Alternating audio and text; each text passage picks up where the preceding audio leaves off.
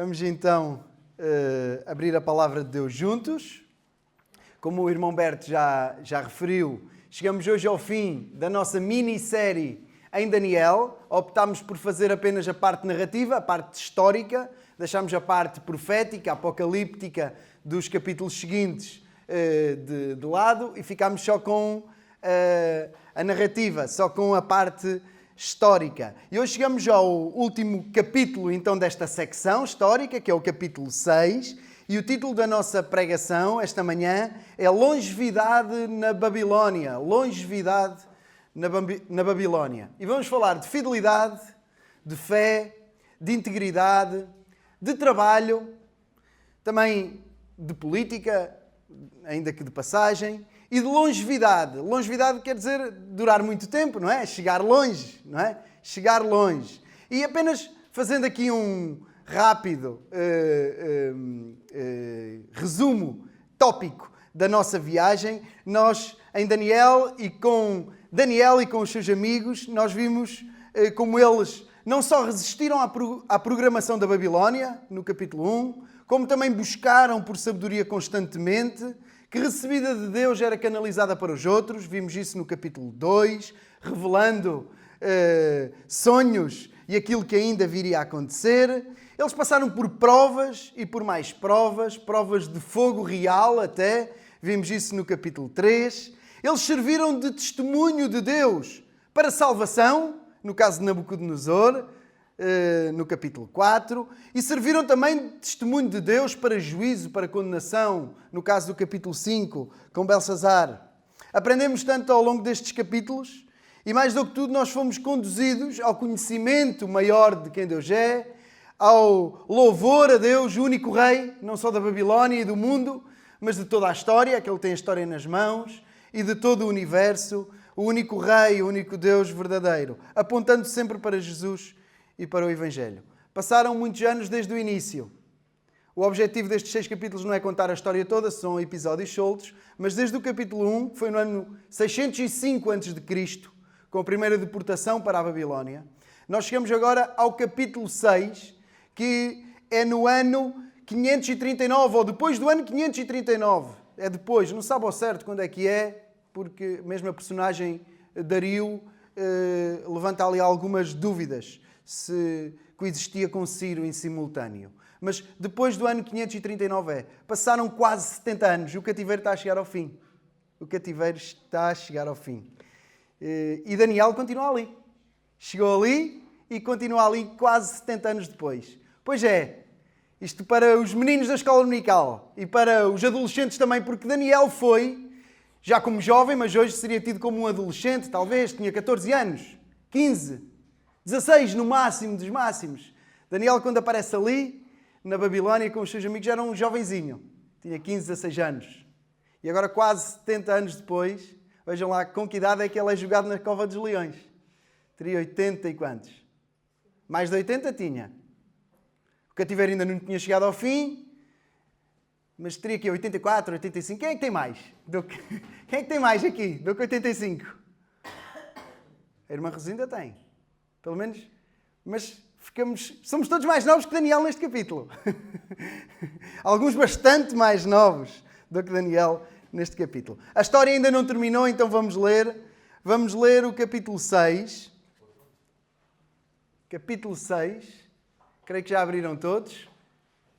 Daniel 6. Eu vou pedir a alguém que possa ler de pé, alto e bom som, que seja audível para todos, está bem?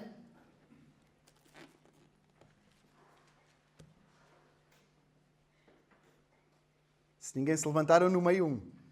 E pareceu bem a Dario constituir sobre o reino 120 presidentes que estivessem sobre todo o reino.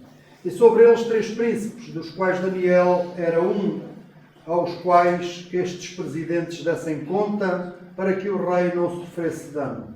Então mesmo Daniel se distinguiu destes príncipes e presidentes, porque nele havia um espírito excelente, e o rei pensava constituí-lo sobre todo o reino. Então os príncipes e os presidentes procuravam achar ocasião contra Daniel a respeito do reino, mas não podiam achar ocasião ou culpa alguma, porque ele era fiel e não se achava nele nenhum vício nem culpa. Então estes homens disseram: nunca acharemos ocasião alguma contra este Daniel, se não a procurarmos contra ele na lei do seu Deus. Então estes príncipes e presidentes foram juntos ao rei e disseram-lhe: ó rei Dario, vive para sempre. Todos os príncipes do reino, os prefeitos e presidentes, capitães e governadores tomaram conselho a fim de estabelecerem um édito real e fazerem firme este mandamento, que qualquer que por espaço de 30 dias fizer uma petição a qualquer Deus ou a qualquer homem, e não a ti, ó rei, seja lançado na cova dos leões. Agora, pois, ó rei, confirma o édito e assina a escritura para que não seja mudada, conforme a lei dos medos e dos persas, e que se não pode revogar. Por esta causa, o rei Dario assinou esta escritura e édito.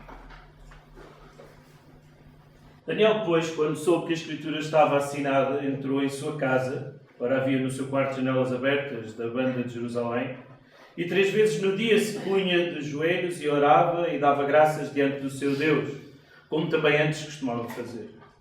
Então aqueles homens foram juntos e acharam a Daniel orando e suplicando diante do seu Deus. Então se apresentaram e disseram ao rei: no tocante ao mandamento real, porventura não assinaste o édito, pelo qual todo o homem que fizesse uma petição a qualquer Deus ou a qualquer homem por espaço de 30 dias, e não a ti, ó rei, seria lançado na cova dos leões? Respondeu o rei e disse: esta palavra é certa, conforme a lei dos medos e dos persas, que não se pode revogar.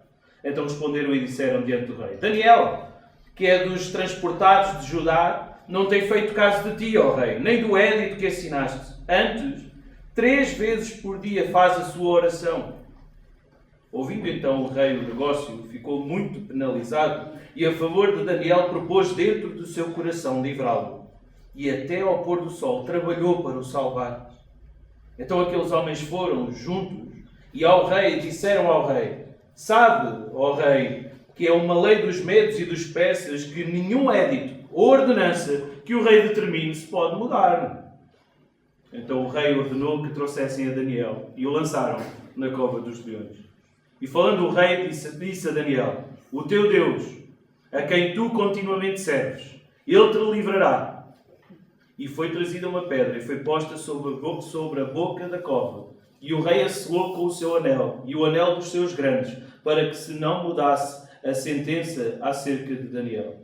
Então o rei dirigiu-se para o seu palácio e passou a noite em jejum, e não deixou trazer à sua presença instrumentos de música, e fugiu dele o sono. Pela manhã cedo se levantou e foi com pressa à cova dos leões. E chegando-se à cova, chamou por Daniel, por voz triste, e falando o rei disse a Daniel: Daniel, servo do Deus vivo, dar-se-ia o caso que o teu Deus, a quem tu continuamente serves, tenha podido livrar-te dos leões? Então Daniel falou ao rei: ó rei, vive para sempre. O meu Deus enviou o seu anjo e fechou a boca dos leões, para que não me fizessem dano, porque foi achada em minha inocência diante dele. E também contra ti, ó rei, não tenho cometido delito algum. Então o rei muito se alegrou em si mesmo, e mandou tirar Daniel da cova. Assim foi tirado Daniel da cova, e nenhum dano se achou nele, porque crera no seu Deus. E ordenou o rei, e foram trazidos aqueles homens que tinham acusado Daniel, e foram lançados na cova dos leões. Eles, seus filhos e suas mulheres, e ainda não tinham chegado ao fundo da cova, quando os leões se apoderaram deles, e lhes esmigalharam todos os ossos. Então o rei Dario escreveu a todos os povos, nações e gente de diferentes línguas que moram em toda a terra: a paz vos seja multiplicada. Da minha parte é feito um decreto, pelo qual, em todo o domínio do meu reino, os homens tremam e temam perante o Deus de Daniel, porque ele é o Deus vivo e para sempre permanente, e o seu reino não se pode destruir, o seu domínio é até ao fim. Ele livra e salva, e opera sinais e maravilhas no céu e na terra. Ele livrou Daniel do poder dos leões. Este Daniel, pois, prosperou no reinado de Dario e no reinado de Ciro, o persa. Obrigado. Então é uma história muito conhecida, certo? O David conhece. O Davi conhece, não conhece, Davi? Ele assinou logo. E as outras crianças também. É uma história conhecida demais. Nós conhecemos a história desde pequeninos, a maioria de nós, e é uma das histórias mais conhecidas da Bíblia, sem dúvida alguma. Nós vamos percorrer o texto, vamos assinalar os pontos principais e depois vamos olhar mais detalhadamente para 2 tópicos, aplicando-os mais especificamente às nossas vidas. Então, no capítulo anterior, nós temos o quê naquele episódio? Temos uma passagem de império, uma mudança de império. O Império Babilónico, os caldeus caem e passam o seu domínio daqueles territórios, da cidade e do vasto território que tinham, que vinha a ser conquistado, aos Medo-Persas. O Império Persa se levanta e será agora a potência que estará em domínio na região e no mundo. Então, Daniel cruza vários reis e vários impérios. Nós tivemos até juntos, até fui eu, tivemos no capítulo 2 aqui, e no próprio livro de Daniel estava já predito, já tinha sido dito por Deus a Nabucodonosor, com a interpretação de Daniel, que isso ia acontecer, que a Babilónia daria lugar a outro império, e que depois desse outro império ainda viria outro, e outro, e outro, e que o único reino que é eterno e que não termina é este mesmo reino, acerca do qual Dario, no fim, também dá testemunho. O teu reino permanece para sempre. No céu e na terra. Ele é que faz maravilhas. Então, essa é a mensagem central, sem dúvida, do livro, do texto, deste episódio também, de todos os que nós vimos até aqui. Mas vamos lá ao nosso texto. Diz-nos aqui que pareceu bem a Dario. Dario é a personagem que se levanta e que aparece aqui agora como o soberano, como aquele que é a autoridade real ali na cidade da Babilónia, continuou naturalmente a existir. Há dúvidas sobre a questão de Dario, porque referências extra-bíblicas não existem a nenhum intervalo entre Nabonido e Ciro, não há ali ninguém no meio. Poderia ser alguém que estivesse a governar debaixo da autoridade maior de Ciro, é possível. Há até quem aponte como um general que em tempos tinha desertado de Nabucodonosor e que se juntou a Ciro, que já vinha tentando conquistar território da Babilónia e que depois de finalmente os persas e Ciro conseguirem tomar controlo e derrotar a Babilónia, como vimos a semana passada, então Ciro teria dado a este Dario, que seria Guburu ou Gubrias, o domínio daquelas terras durante algum tempo. Não sabemos se sim, se não. Pode também ter sido um reino muito pequenino antes de Ciro, ali algo mesmo temporário, durante pouco tempo. Não sabemos, não é o mais importante, mas fica esta nota. O que é que nos diz logo o versículo 1? Que nessa lógica de transição, nesta lógica de distribuir poder para governar bem um vasto território, também para fazer uma transição adequada de governo, de império. Eram povos diferentes, era muita gente para governar. O governo agora era de um outro povo, de um outro rei, tudo era diferente. Então pareceu bem dividir a coisa por 120 presidentes, uma espécie de deputados, ou de presidentes de Câmara, ou de conselheiros, ou de ministros que estivessem sobre o reino. Mas acima desses 120, diz-nos o versículo 2 que Dario constituiu três príncipes. Daniel era um deles. Daniel era um destes. E o objetivo qual é que era? Que os 120 governantes, tendo alguma questão, reportavam a um daqueles 3 presidentes e o rei assim tinha a vida mais facilitada, governava o seu reino basicamente através daqueles 3 homens. Se houvesse alguma coisa de maior, ele intervia, mas à partida seriam aqueles 3 homens que governavam todo aquele reino e exerciam autoridade através dos 120. Era uma ideia inteligente, uma gestão inteligente do governo e do território. Mas diz-nos o versículo 3 que havia um plano de Dario para Daniel. Há aqui 2 planos para Daniel. Um é do rei. Diz-nos o texto no versículo 3 que Daniel distinguiu-se desses príncipes e presidentes, porque nele havia um espírito excelente. Daniel distinguiu-se. Entre todos, entre os 120, entre os 3, Daniel realmente era diferente. Daniel realmente tinha um espírito diferente. Ele era excelente. E o rei pensava colocá-lo sobre absolutamente todo o reino. A lógica dele era colocar Daniel à frente, e então ele podia ainda ficar mais livre, sendo que Daniel seria a pessoa indicada para governar todo o reino. O que é que isto despertou? Inveja. Naturalmente. Isto lida-se em corrido. Há tanto tempo na história, nós não estamos lá presentes, parece-nos uma coisa assim por de menos, mas na realidade isto é completamente incomum. Isto não faz muito sentido um povo conquistar outro e depois, em pouquíssimo tempo, ter a intenção de dar tanta autoridade a Daniel e aos outros também, e depois identificar em Daniel capacidade e querer colocá-lo acima de todo o reino. Não faz muito sentido. Normalmente os povos conquistados, e lembramos que Daniel estava na Babilónia há quase 70 anos, era mais babilónico do que judeu. Com umas aspas grandes, que ele nunca deixou de ser judeu, e acima de tudo era alguém que temia ao seu Deus, o Deus de Abraão, Isaque e de Jacó. Mas no sentido cultural, no sentido civil, até no sentido de quem chega e conquista uma terra, e conquista um império, e conquista uma cidade, e conquista poder, Daniel, à partida, seria para ser colocado de parte. Em muitos casos até eram todos mortos. Não ficaria ninguém para governar, não ficaria ninguém para contar a história. Mas realmente não só Deus era com Daniel, como Daniel era uma pessoa especial. Justamente por Deus ser com ele. Daniel esteve ao lado de todos os grandes reis e foi tão importante para todos eles. No bom ou no mau sentido, como vimos a semana passada, mas foi sem dúvida um instrumento de Deus para governo, para pôr e para tirar. É a autoridade que só Deus tem e não estes reis têm. Mas Dario, com a autoridade que tinha, que era muita, tinha este plano. Tinha este bom plano para Daniel. A inveja desperta outro plano. O versículo 4 diz-nos que os outros príncipes e presidentes procuravam achar a ocasião contra Daniel.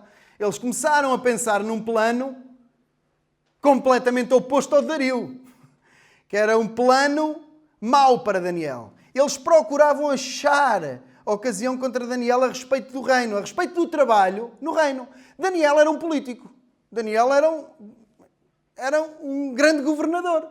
Era um dos principais ministros, se quisermos adotar uma linguagem de hoje, um dos principais ministros daquele governo. Naquela altura as coisas eram organizadas de outra maneira, mas se quisermos transpor para hoje, havia um rei, ou que fosse o equivalente a um primeiro-ministro, ou um presidente, o que seja, e depois tem ao seu lado as pessoas que o ajudam a governar. Daniel era um político.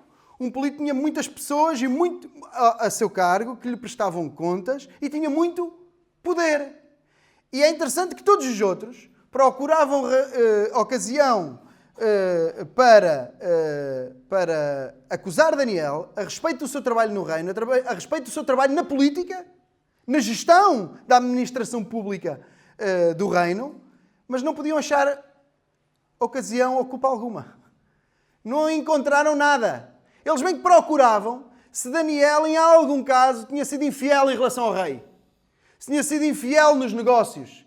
Se tinha sido incorreto em alguma coisa. Se havia falha em alguma coisa. Mas não podiam achar nele ocasião ou culpa alguma. Porque ele era fiel. Não se achava nele nenhum vício nem culpa.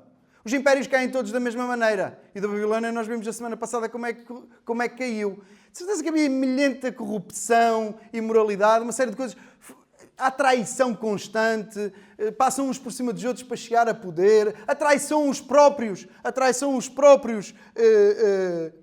reis e aqueles que têm autoridade sobre eles. Era o normal. E eles só estão a tentar fazer o mesmo com Daniel. Mas quando procuram em Daniel algum defeito, alguma falha, algo que pudessem chegar e dizer, olha, Dario, afinal ele não é quem tu pensas. Eles não conseguem encontrar absolutamente nada.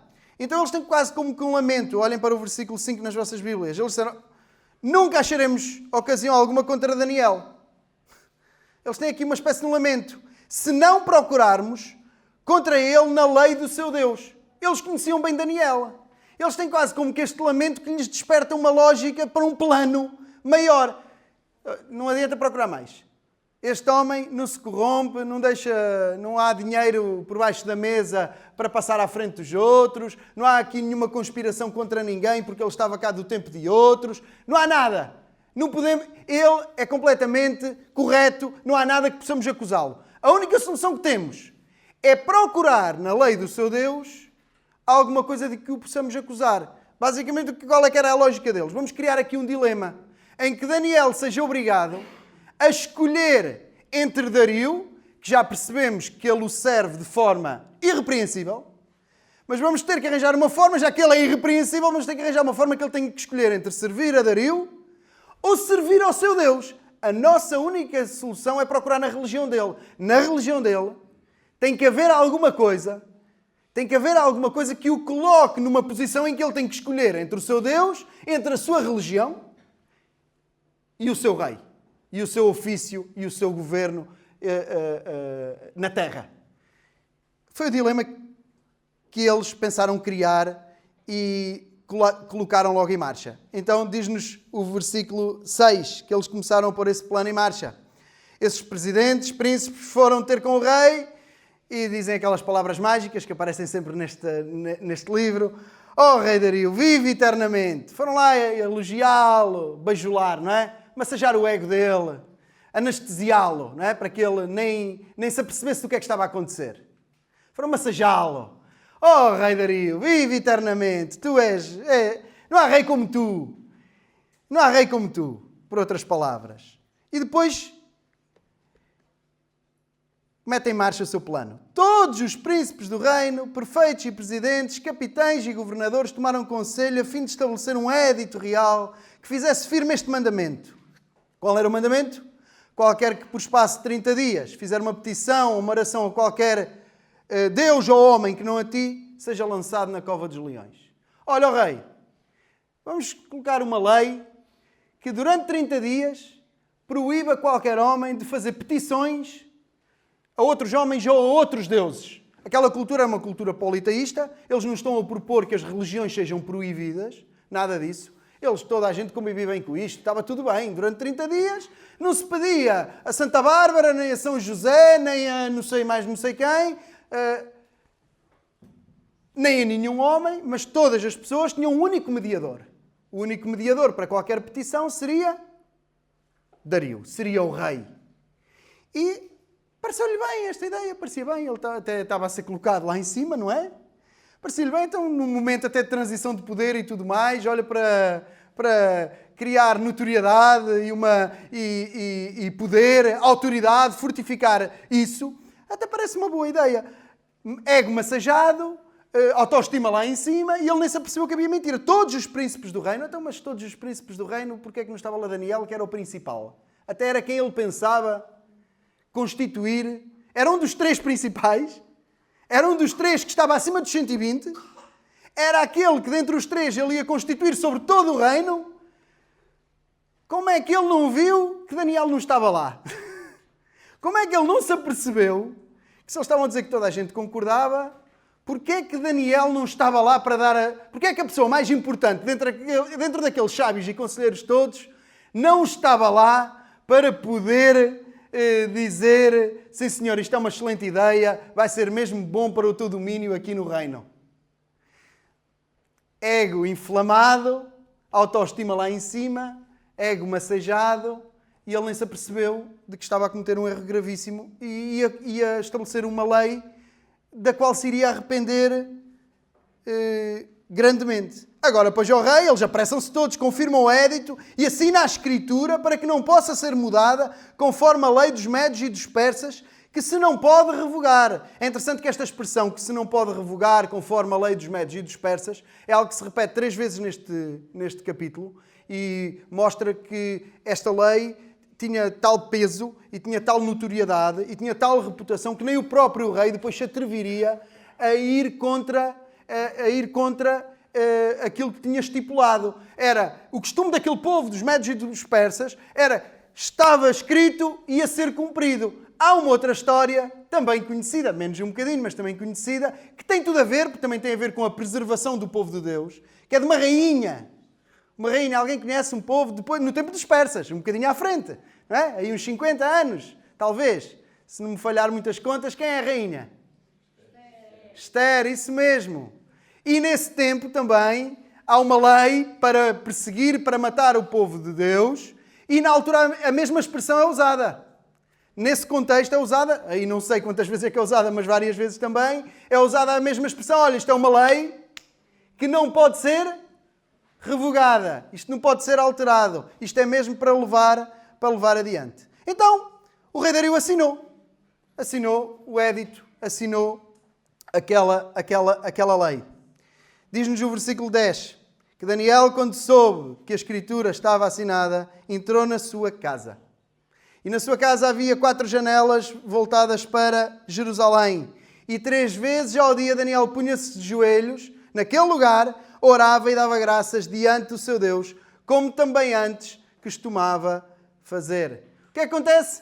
Daniel sabe que aquilo está escrito, sabe que já não há nada a fazer, sabe muito bem, se alguém conhecia as práticas e os costumes e como é que as coisas funcionavam, se alguém conhecia, era o sábio Daniel, que quase há 70 anos estava nestas andanças da política e dos reis e dos impérios e destes jogos. Se alguém sabia o que é que ia acontecer a seguir, esse alguém era Daniel. O que é que Daniel fez quando chega a casa? Faz exatamente o mesmo que sempre fez. É só mais um dia. É só mais um dia. Ele faz o mesmo que sempre fez. Ele tinha janelas voltadas para Jerusalém, 4 janelas, e era ali naquele sítio que ele 3 vezes ao dia se ajoelhava e orava. E é muito interessante, porque nós podemos pensar, agora que exagero, Daniel não podia mudar de sítio de oração, e Daniel não podia orar em silêncio. Pois, Daniel deve ter tido estas tentações todas. Daniel, de certeza, que teve estas tentações todas. Não custa nada agora ir orar para outro sítio. Não custa nada agora orar em silêncio. Porque não 30 dias? É só 30 dias. Isto passa 30 dias, está tudo bem depois. Já viram a influência que eu tenho aqui? Eu posso ajudar tanto o reino de Deus. Se tiver 30 dias sem orar, eu posso ajudar tanto o reino de Deus. Se eu tiver 30 dias sem orar. Que eu depois sou aqui tão influente, até... Não é? Tantas coisas podiam ser, até espiritualmente bonitas, podiam ser ditas e pareciam muito interessantes. Mas o que é facto é que a escolha que está ali é entre honrar a Deus, temer a Deus, depender de Deus, ser fiel a Deus, ou acovardar-se e salvaguardar a sua vida. É interessante que há aqui o cumprimento de algo que já estava profetizado por Salomão. Quando é levantado o templo de Salomão, muitíssimo antes, Salomão diz ao Senhor, ele em oração na consagração do templo, ele diz ao Senhor, quando o teu povo orar voltado para esta cidade que tu escolheste, orar voltado para este lugar, ouve as suas orações.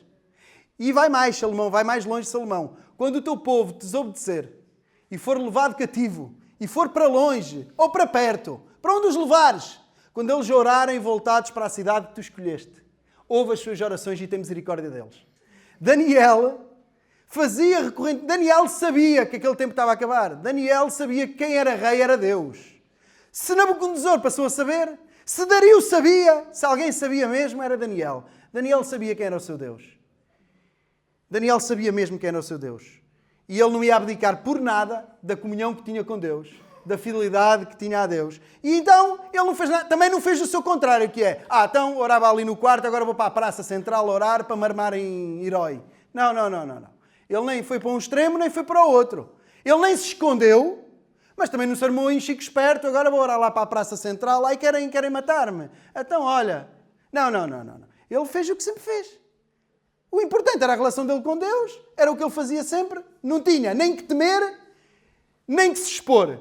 Só tinha que agir naturalmente e as coisas iam acontecer, como de resto aconteceram. Aqueles homens acharam rapidamente Daniel, orando e suplicando ao seu Deus, versículo 11, temos que acelerar, e rapidamente se apresentaram ao rei. E antes, versículo 12, temos mesmo que acelerar, antes de dizerem que Daniel fez o que fez, o que é que eles dizem? São espertos, já sabiam que Daniel era querido do rei. E era querido por boas razões, porque era fiel, porque servia bem. O que é que eles fazem? Olha, tu não escreveste uma lei que não se pode revogar, conforme o costume dos medos e dos persas, que dizia isto, isto e isto, que ninguém podia orar e fazer petições durante 30 dias. Sim. Olha, Daniel, e não elogiam Daniel, nem dizem, olha, Daniel, que é um dos teus principais, tem-te servido tão bem, está aqui há tanto tempo, mas apesar disso, tem agora demonstrado uma fidelidade excelente, é um dos que entre nós até ficámos todos surpreendidos porque ele é mesmo o melhor, ele não elogiam nada, até usam de linguagem mesmo preconceituosa. Olha, um dos transportados lá de Judá, olha, um daqueles que veio lá do tempo em que conquistaram um povo que não era em condições e que vieram para aí de qualquer maneira, que não tinham poder nenhum, que não valiam nada. Um desses transportados de Judá não faz caso de ti, nem daquilo que tu escreves, nem daquilo que tu dizes, nem daquilo que tu assinas como lei. E 3 vezes ao dia está a provocar-te fazendo a sua oração. É o que eles rapidamente fazem. Ouvindo isto, ao contrário do que acontece noutros episódios, que Nabucodonosor, por exemplo, fica todo enfurecido e quer rapidamente pô-los na fogueira, aqui não. Aqui diz-nos o versículo 14 que o rei fica penalizado. Ele fica penalizado a favor de Daniel, versículo 14. E ele propõe no seu coração liberar Daniel. Eu vou arranjar uma maneira de liberá-lo. Este dia deve ter sido um dia muito complicado naquela cidade, naquele reino, naquela corte. E diz-nos que até ao final do dia ele trabalhou para salvar Daniel. Olhem lá, o rei a tentar salvar Daniel dos outros homens e da própria lei que ele tinha assinado. É muito interessante isto que está aqui a acontecer. Versículo 15 diz-nos que eles foram novamente ter com ele, talvez já tardinho, ao final do dia. Olha, ó rei, há uma lei dos medos e dos persas. Nenhuma lei dos medos e dos persas, nenhum édito ou ordenança se pode mudar. Vão fazer chantagem, vão fazer pressão. E então, finalmente, no versículo 16, o rei chama Daniel e ordena que ele seja colocado na cova dos leões, mas fala diretamente para Daniel e diz-lhe algo que é extraordinário. Versículo 16. O teu Deus, a quem tu continuamente serves, ele te livrará. O testemunho de Daniel era conhecido, ao ponto de já ter impactado Dario. Dario diz a Daniel que Deus vai livrá-lo. Que Deus vai livrá-lo. Vejam o testemunho, o impacto da vida de Daniel na vida de Dario. Ao ponto de, a contragosto, ter que cumprir, triste, profundamente triste, ter que cumprir aquela lei, mas ter estas palavras para com Daniel. Olha, o teu Deus a quem tu serves sem cessar, continuamente, ele te vai livrar. Então ele é colocado na cova dos leões, ele é colocado uma pedra por cima, é selado com o selo real, para que ninguém possa tirar aquela pedra, para que não haja uma mudança na sentença. E o versículo 18 diz-nos que o rei foi para o seu palácio, que passou a noite sem comer, que não deixou trazer música à sua presença e que passou uma noite de insónia. Ele não comeu, ele não ouviu música e ele não conseguiu dormir. Ele passou a noite acordado, porque Daniel, ilustre Daniel, não vou dizer amigo, mas alguém querido para ele, de tanto valor para ele, para o seu reino, para a sua vida, pelo impacto que vemos nas palavras, estava na cova dos leões, por ordem dele mesmo. Ele devia estar cheio de remorso, devia estar de uma forma que nós não conseguimos imaginar. Ser culpado por matar, por causa de ter caído na bajulação e nos elogios fáceis dos outros, ter acabado por assinar a sentença de morte daquele que lhe era mais valioso e mais fiel. Ele não dormiu, ele não ouviu música, ele não comeu, ele ficou sem sono. Ele ficou sem sono. E cedo de manhã, versículo 19, levantou-se e foi com pressa à cova dos leões. Este versículo faz-vos lembrar quem? Digam lá, se é só a mim ou se faz lembrar mais alguém. Alguma coisa. Não faz lembrar nada este versículo? Ok? Faz lembrar as mulheres que de manhã, exatamente, faz lembrar as mulheres que apressadamente, as mulheres, não é os discípulos, isso é depois, as mulheres que de manhã, foram logo de manhã, ver o sepulcro, iam ungir Jesus, iam procurar Jesus para ungí-lo, para estar com ele, sabendo, pensando que nada podiam fazer, mas tinham esse propósito e apressadamente ali correram. Versículo 19 diz-nos que ele foi apressadamente à cova dos leões. E quando chegou lá, no versículo 20 diz que ele com voz triste, como quem diz, vou ver os restos, não é? Vou ver o sangue e bocados de roupa espalhados. Vou ver os restos. Com voz triste, ele diz, Daniel, servo do Deus vivo, dar-se ao caso do teu Deus, a quem tu continuamente serves, ter podido livrar-te dos leões. Ele não estava à espera da resposta. Entusiasta, pelo menos, imagino eu, tem aqui um ponto de exclamação. Ó Rei, vive para sempre. E aqui não é bajulação, aqui é um grito verdadeiro de Daniel. Ele ouve uma resposta que podia estar ali como dúvida. Será? Não será? Será? Será? Não será? Mas ele ouve a resposta que se calhar não imaginou que fosse mesmo real. Ó Rei, vive para sempre. O meu Deus enviou o seu anjo. Como na fornalha ardente, em que Jesus andou lá a passear com os outros 3 amigos. Aqui diz-nos que o anjo do Senhor foi enviado também. E fechou. O anjo do Senhor é que fechou a boca dos leões para que não fizessem dano. Foi achada em mim inocência diante dele, diante de Deus, e também contra ti, ó Rei, não tenho cometido delito algum. Ou seja, Deus enviou o seu anjo. Contra Deus eu não pequei. Fez a escolha certa ou não fez?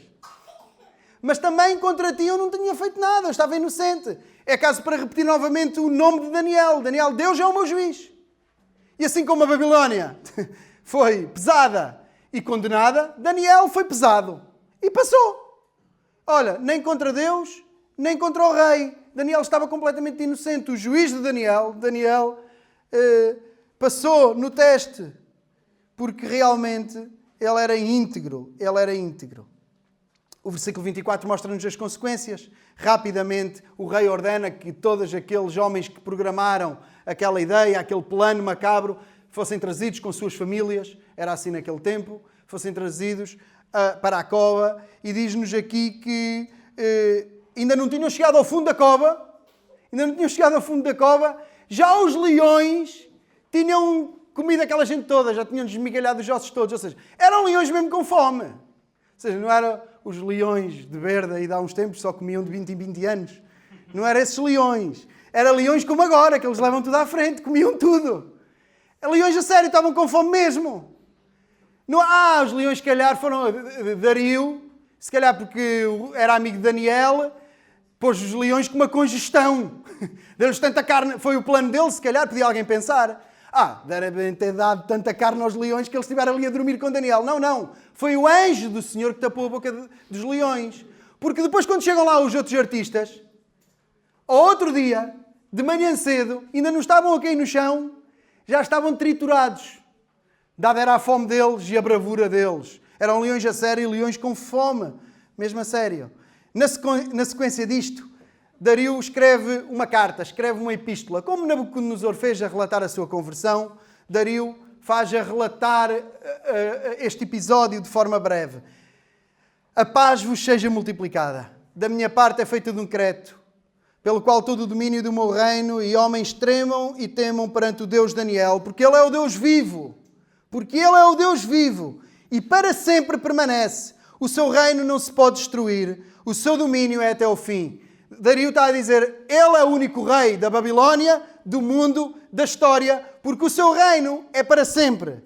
Dario concorda connosco, cristãos, no século XXI, que dizemos que o reino de Deus é eterno e dura para sempre. O seu domínio é até ao fim. Ele livra, 27, ele salva, ele opera sinais e maravilhas no céu e na terra. Ele livrou Daniel do poder dos leões.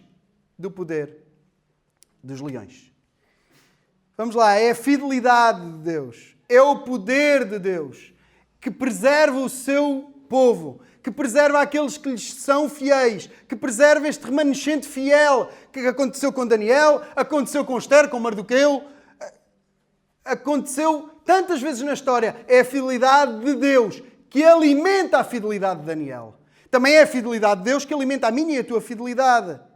É porque Deus é fiel que nós podemos ser fiéis e crescer em fidelidade e aprender a fidelidade com o Deus que é fiel. É o poder de Deus que nos dá a base para podermos responder em resposta com fé e com firme fidelidade, como fez Daniel. Esta parte do livro, esta parte histórica, termina justamente reforçando aquilo que é mais importante dizer, que já dissemos no início e que dissemos em todas as sessões. Deus é o rei de toda a história. Deus é o único rei. Deus é que levanta os reis e tira os reis. Deus é que levanta os poderosos e coloca lá os poderosos. Deus é que está no controle de todas as coisas. Deus é o único que é soberano. Deus é o único que é soberano. Vamos olhar com mais atenção apenas para 2 temas. E eu pensava que ia ter muito mais tema para tratar deles. Eu vou correr, mas acho que é importante. Aproveitar para falar de trabalho e de longevidade. Eu sei que podíamos ficar aqui a falar de fidelidade. Era importante. Vamos falar indiretamente. Mas eu acho que é um tema que é importante mais. Está no nosso dia-a-dia e não há tantas oportunidades assim para falar de trabalho. E longevidade e trabalho. Nós fomos criados por Deus para trabalhar, não para o ócio.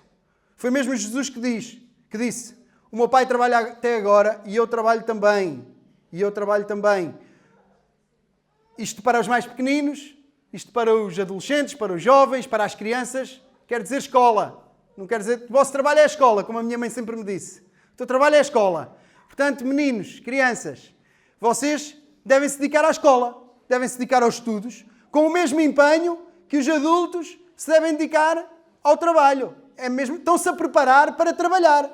É uma responsabilidade. E realmente, esta lógica de trabalho, tudo o que eu vou dizer, tem a ver com uma perspectiva de responsabilidade, que se aplica às crianças, aos jovens, em relação à escola, mas também se aplica a qualquer pessoa que, por exemplo, já não tem que trabalhar tanto tempo ou que já não está a trabalhar. É uma lógica que continua de responsabilidade, de produzir, de ser útil, de prestar serviço. Claro, há alturas da vida em que nos estamos a preparar, como os nossos meninos, e estamos a estudar. Depois há alturas, ali uma boa parte dos anos da vida, em que se tem que trabalhar mais duro, e depois há uma outra parte em que se pode trabalhar menos, mas a vida é uma vida de trabalho. Deus criou-nos para trabalhar.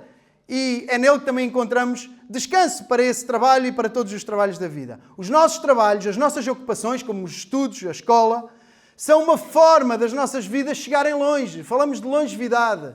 O trabalho, o nosso trabalho, a nossa ocupação, seja ela qual for, é uma oportunidade das nossas vidas chegarem longe. Chegarem mais longe. Não só porque é através do trabalho que nós garantimos a nossa subsistência e garantimos que temos pão para comer e para viver, mas também é porque é pelo trabalho que nós contribuímos para algo que vai além de nós. Algo que vai além de nós e que chega aos outros. Contribuímos para o outro, para os outros, para o bem comum, para a sociedade. E isto é chegar longe. E isto glorifica a Deus. Deus criou-nos para trabalhar. E antes de haver pecado no mundo, Deus ordenou o trabalho. Antes de existir a queda, antes de existir o pecado, já Deus tinha dado trabalho a Adão. Portanto, nós fomos criados para trabalhar. E o livro de Daniel, através do seu exemplo, do exemplo dos seus amigos, e todo o livro, desafia-nos a isso. Ele está na Babilónia, mas ele não deixa de contribuir para que aquilo seja um lugar melhor, para que aquela seja uma sociedade melhor. E ele faz isto também através do seu trabalho.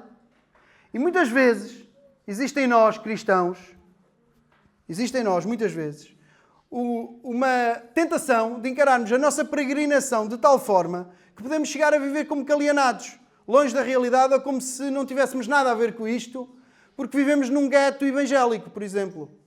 Então não temos contacto quase com a realidade exterior. E esse não é o propósito de Deus para nós. E o trabalho é uma das formas, existem muitas outras, mas o trabalho é uma das formas de nós desenvolvermos a nossa participação na sociedade e de não alimentarmos uma cultura de gueto, uma cultura de estarmos fechados dentro de nós mesmos e só dentro da nossa comunidade. Isto é importante, isto é um ensino bíblico. Isto é um ensino bíblico. O que é que será chegar longe no trabalho? Longevidade e trabalho. Bem, Daniel chegou bem longe, ele tem quase 70 anos de descontos. Não sei qual é que isto dá, que reforma é que isto dava em Portugal. Mas ele tem ali, começou a trabalhar cedo e continuava a trabalhar. Ele chegou longe na carreira. Ele chegou aos lugares mais altos. E falamos da administração pública. Falamos das maiores potências do seu tempo, seja a Babilónia, seja a Pérsia. Falamos da administração pública no seu lugar mais alto, muitas vezes, Daniel ao lado do rei. Falamos de Daniel na política também. Daniel era um político para todos os efeitos. Era a administração de pessoas em cargos públicos.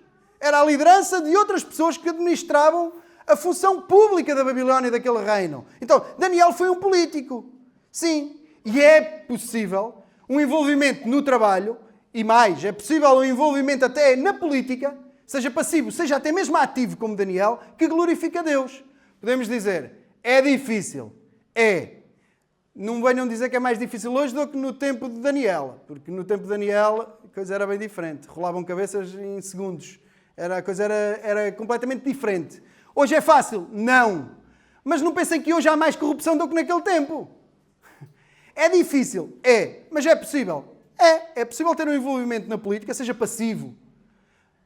E passivo todos somos chamados a ter uma responsabilidade cívica, a votar bem, a sermos conscientes, uma série de coisas. Mas também mais ativa, se Deus chamar a isso, é possível ter essa participação para uma sociedade melhor que glorifica a Deus. Claro que é possível. Pode ser difícil, mas é possível. É possível. Chegar longe neste sentido, de progressão na carreira, digamos assim, não é um problema para a Bíblia. E este texto até serve de incentivo a aproveitarmos as oportunidades, se for Deus a trazer essas oportunidades. Quero dizer, se Deus dá a oportunidade de, no sentido civil, de sociedade, de trabalho, de progressão no trabalho, ou na esfera pública, ou nos negócios, o que seja, este texto até dá incentivo para que as oportunidades sejam aproveitadas. Diga, este texto libertou de Daniel, podíamos pensar noutras personagens. A Bíblia não tem nenhum problema com o crescimento profissional e com o progresso na carreira. Não tem problema nenhum. Assim de base, não tem problema nenhum. Mas, se for isso que buscamos em primeiro lugar, se pensamos em chegar longe, e quando pensamos em chegar longe, em longevidade, é nisso que pensamos em primeiro lugar, estamos enganados. O problema nasce aí. Uma coisa é aproveitar as oportunidades, porque Deus realmente chama pessoas para estar em lugares que são necessários. Não é preciso ser lá na Babilónia, lá em Nova Iorque, nas Nações Unidas, mas pode ser noutro sítio qualquer de relevo, dada a nossa realidade. Deus chama pessoas também para isso, para estar nos lugares de Daniel e dos amigos. Agora, que chegar longe, para nós, quando pensamos nisso em tese, não seja pensar propriamente numa progressão de trabalho e de carreira. Uma coisa é aproveitar as oportunidades, outra coisa é ter aquilo como o seu Deus, como o seu foco. Vimos isso a semana passada também com o David. Antes de tudo, chegar longe no trabalho é integridade e excelência. Quando pensarmos em trabalho e pensarmos em chegar longe no trabalho, antes de pensarmos em progredir, ganhar mais ou lugares de maior poder, pensar em chegar longe no trabalho é pensar em integridade e em excelência, que é o quê? Fazer de forma correta e fazer o melhor possível. Fazer da forma correta e fazer o melhor possível. E Daniel é sem dúvida um exemplo singular disto. De alguém que faz de forma correta e de forma o melhor possível, com a maior excelência possível, com toda a honestidade e integridade e também o melhor que é possível ser feito. Isto é chegar longe. Trabalhar bem, fazer o melhor que pode ser feito, trabalhar honestamente e com integridade. Também se aplica aos estudos, meninos. E o que é que isto quer dizer? Quer dizer estudar o mais possível, fazer o melhor possível, ser o mais comprometido possível para ter o melhor resultado possível de aprendizagem, aprender o melhor possível e da forma certa. Isto é, sem enganar os professores, sem enganar os colegas, sem copiar, por exemplo. É fazer da forma correta e fazer o melhor possível. Quando pensamos em chegar longe no trabalho, realmente isto é verdadeiramente chegar longe. Quer do ponto de vista da Terra, quer quando olhamos aqui debaixo da Terra, porque é isto que participa para a construção de uma sociedade melhor, quer quando olhamos do ponto de vista dos céus, que é até o ponto de vista que no fim até interessa mais. Fazendo o que agrada a Deus. E a Deus agrada o quê? Que tu nas tuas ocupações faças de forma honesta e íntegra o melhor possível. Pronto, fica assim de qualquer maneira. Também é para o patrão, ele não merece. Também é para aquele cliente que atrasa-se a pagar. Daniel não fazia isto. E a Bíblia não te ensina isto. A Bíblia ensina a fazer o melhor possível. De forma íntegra. Aqui ninguém viu. É só aqui 1 milímetro. É só aqui um ajuste. Não. O melhor possível e da forma íntegra. De forma honesta. De forma honesta. Os lugares, o poder, os resultados financeiros, a progressão é uma consequência. E nós até sabemos que às vezes bem e às vezes não bem. Daniel estava tão habituado a ser promovido como a ser despromovido. A realidade é esta. Ele estava habituado a ter e a não ter. Como Paulo, é familiar. Estou habituado a ter muito. Se vier muito, Paulo não comia. Claro que comia. E eu espero que tu também comas.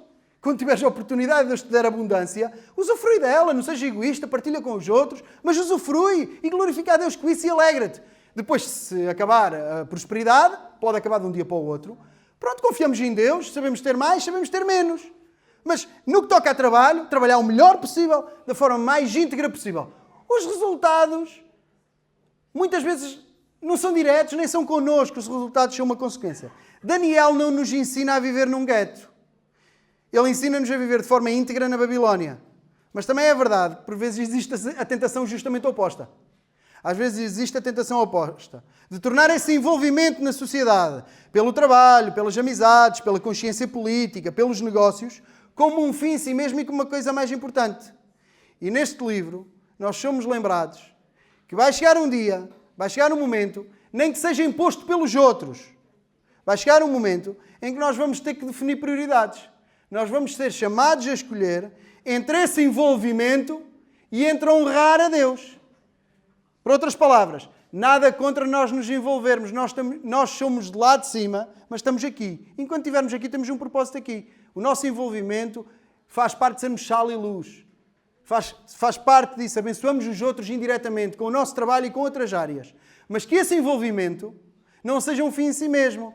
Porque há momentos na vida em que nós temos que escolher entre estar envolvidos ou glorificar a Deus. Esses momentos chegam muitas vezes na vida, em que nós vamos ter que dizer não a quem andamos sempre a dizer sim. Está tudo bem, podemos envolver-nos, podemos, tudo bem, tudo certo, está tudo bem, ok.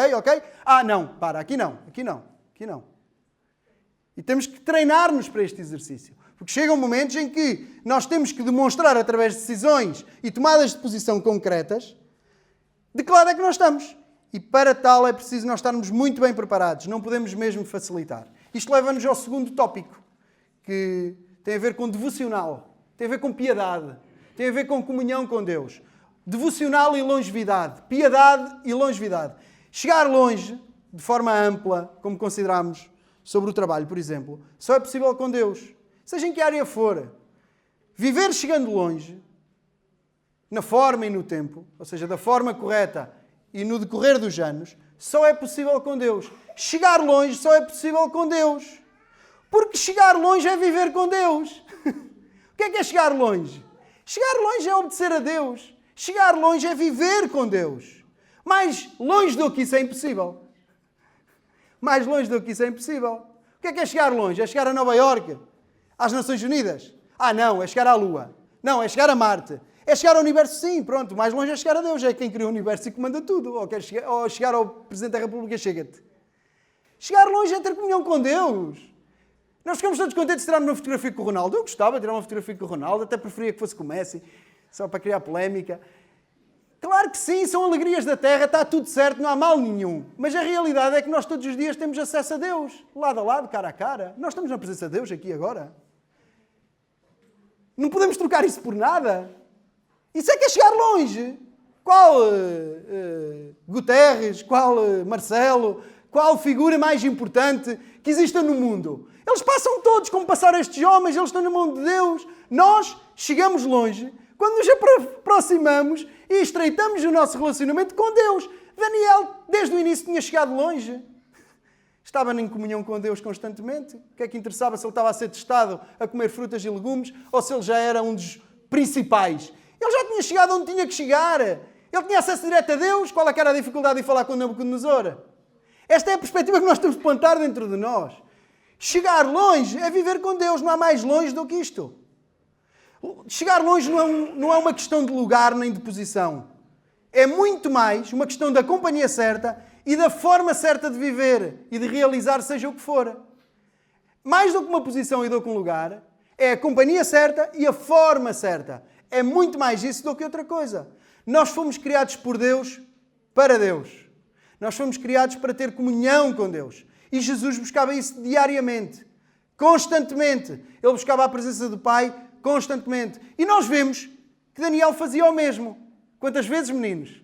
Daniel orava a Deus 3 vezes ao dia. Daniel orava a Deus 3 vezes ao dia. É algo que se constrói todos os dias. Chegar longe, neste e em todos os sentidos, constrói-se e caminha-se dia a dia, passo a passo. É assim que nós vamos avançando. É assim que nós vamos crescendo. É assim que nós vamos preparando estrutura para os abalos e para os desafios dos dias difíceis. E é assim que nós chegamos mais longe. Cada dia um passo para mais perto de Deus. Ou até na área do trabalho, cada dia um passo. Ninguém pensa que é de um dia para o outro. Em qualquer área, dos relacionamentos, cada dia um passo. E com Deus igual, cada dia um passo. É assim que nós fortalecemos os nossos passos e nos aproximamos de Deus e estabelecemos as raízes da nossa fé. Cada dia um passo. É assim que se chega mais longe, mais longe, mais longe. Estar cada vez mais perto e mais íntimo de Deus. Isto constrói-se dia a dia, passo a passo. E Daniel não abdicava disto. A sua carreira podia correr risco. Estava a correr risco a sua carreira? Estava. A sua vida física podia correr risco? Estava? Estava. Mas a sua relação com Deus e o seu desenvolvimento espiritual não podia correr risco. Olhem a perspectiva de Daniel. A carreira, a saúde, a vida, isso pode correr risco. Mas o meu relacionamento com Deus, o meu crescimento e o meu desenvolvimento espiritual não pode correr risco. A tentação é constante. E a tentação é real. Esta tentação existiu com Daniel e existe contigo, existe comigo. A tentação é real. Nós somos constantemente tentados a preservar a nossa vida, a preservar a nossa posição no trabalho, na sociedade, etc., em detrimento da nossa obediência, da nossa fidelidade e da nossa comunhão com Deus. É ou não é? Somos ou não somos tentados a isto? De formas bem práticas. E o meu tópico aqui é mais de nos chamar a atenção a uma mudança de perspectiva e de estarmos atentos. Porque isto vai acontecendo sem nós nos apercebermos. Nós trocamos. Ali era muito fácil de perceber que estava algo a acontecer. Ou paras de orar ou vais para a cova dos leões. Só que no nosso dia-a-dia é mais tipo aquele exercício da panela em que estão lá o sapo e aquilo vai aquecendo. Nós não apercebemos que estas escolhas estão a ser feitas. E está a acontecer a um ritmo que nós não nos apercebemos. E nós precisamos estar atentos, porque isto vai acontecendo lentamente. Nós vamos cedendo inconscientemente dia após dia. E claro, quando chegam daqueles momentos, como Daniel teve que viver, como o do nosso texto, é mais difícil e mais complicado de enfrentar. Nós até ficamos admirados como é que Daniel foi capaz. Daniel foi capaz porque era capaz todos os dias. Daniel, naquele dia, só foi orar porque ia orar todos os dias. Ele não fez nada diferente. Qual é que era a dificuldade? Para nós é gigante. Para ele era só mais um dia. A tentação foi real, mas ele só ia cumprir um dia igual ao de ontem. Se nós não tivermos este exercício, ai de certeza que vai ser muito mais difícil. Nós não vamos estar preparados nem fortificados o suficiente para resistir. Olha um exemplo. Nós saímos de casa a correr, sem buscar o Senhor. Porque a nossa prioridade, nem que seja inconscientemente, está naquilo que nós vamos fazer. Chegar atrasado ao trabalho, à escola, àquela reunião, àquele compromisso, coloca em risco a nossa relação com aquela pessoa, a nossa questão no trabalho, aquele cliente. Mas não notamos que faltar aos encontros com Deus nos coloca num risco muito maior. Estão a perceber? Eu não estou a dizer para ninguém chegar atrasado. Cheguem todos a horas. No trabalho cheguem a horas, todos. Mas a questão é que nós preocupamos-nos, e bem, em chegar a horas a qualquer lugar, mas, porque é importante, se preocupamos em cumprir aquele compromisso com aquela pessoa, e é importante, mas não nos apercebemos que lentamente falhamos constantemente ao compromisso com Deus e achamos que não há risco nenhum nisso. Ora, há risco muito maior em falhar o teu encontro com Deus do que falhar o teu encontro no trabalho. Essa é que é a realidade. Essa é que é a realidade. O perigo não são tantas covas com leões onde nos possam querer colocar. O perigo é o leão que anda perto para nos tentar fazer cair. O perigo não são os buracos onde nos querem pôr. O perigo é o buraco em que nós nos colocamos quando não vamos à presença de Deus. O perigo não são os leões, que podem, às vezes, os leões das consequências das nossas escolhas por sermos fiéis. O perigo maior é nós não fazermos a escolha de sermos fiéis, porque aí estamos a cair num leão pior, que é o leão que anda em nosso derredor buscando a quem pode tragar. Vigiai, sede sóbrios e vigiai, porque o diabo, vosso adversário, anda em derredor, bradando como um leão, buscando a quem possa tragar. Ora, Daniel sabia muito bem de que leão é que ele devia ter medo. Não era dos das covas, dos leões. Ele tinha medo, era do tentador, e ele não ia cair em tentação. Uma lógica completamente diferente. Há muito mais risco em facilitarmos o nosso crescimento espiritual do que facilitarmos na nossa carreira, nos estudos ou na profissão. Espero que ninguém facilite e que sejam todos muito empenhados. O texto está aqui para isso, já falei sobre isso. Mas onde não podemos mesmo facilitar é na nossa piedade. Isto é tanto para mim, ou mais ainda para mim do que é para vocês. Isto é para todos, isto é para nós. Isto é importante demais. Ainda mais num mundo tão acelerado como o de hoje. Num mundo com uma rotina que isto... Parecemos um hamster na roda. Num mundo com tantas distrações. Daniel não tinha Instagram. Não tinha. Nem despertador que fará Instagram. Não tinha. Ou seja, no mundo de hoje, em que nós estamos treinados a estar sempre despertos a notificações e que estamos treinados a ser muito rápidos e sempre a andar, a nunca parar, nós precisamos deste exercício e desta vigia muito mais do que Daniel naquele tempo. Precisamos da mesma maneira, mas noutro sentido, nosso contexto é tão mais agressivo que nós precisamos ainda mais. Ainda mais. Senão estamos condenados a viver uma vida pequena, uma vida de perto, uma vida que não chega longe, uma vida que não é abundante, porque não é uma vida que chega longe naquilo que é verdadeiramente chegar longe, que é chegar próximo de Deus e ter uma vida íntima com Deus e ter uma vida tão próxima de Deus que tudo à volta deixam de ser perigos maiores do que o perigo de perder esta intimidade, o risco de perder esta doce comunhão. E a igreja é importante mais nisto. Vir ao culto é essencial, é parte estrutural desse relacionamento com Deus, como seus filhos, como o seu povo que se reúne aqui. Mas isto que acontece aqui agora não pode terminar aqui. Ou seja, é estrutural, é importante demais, tem que estar na agenda, tem que ser a prioridade, mas não pode ficar por aqui. Ou seja, daqui tem que se prolongar durante a semana. Tem que se...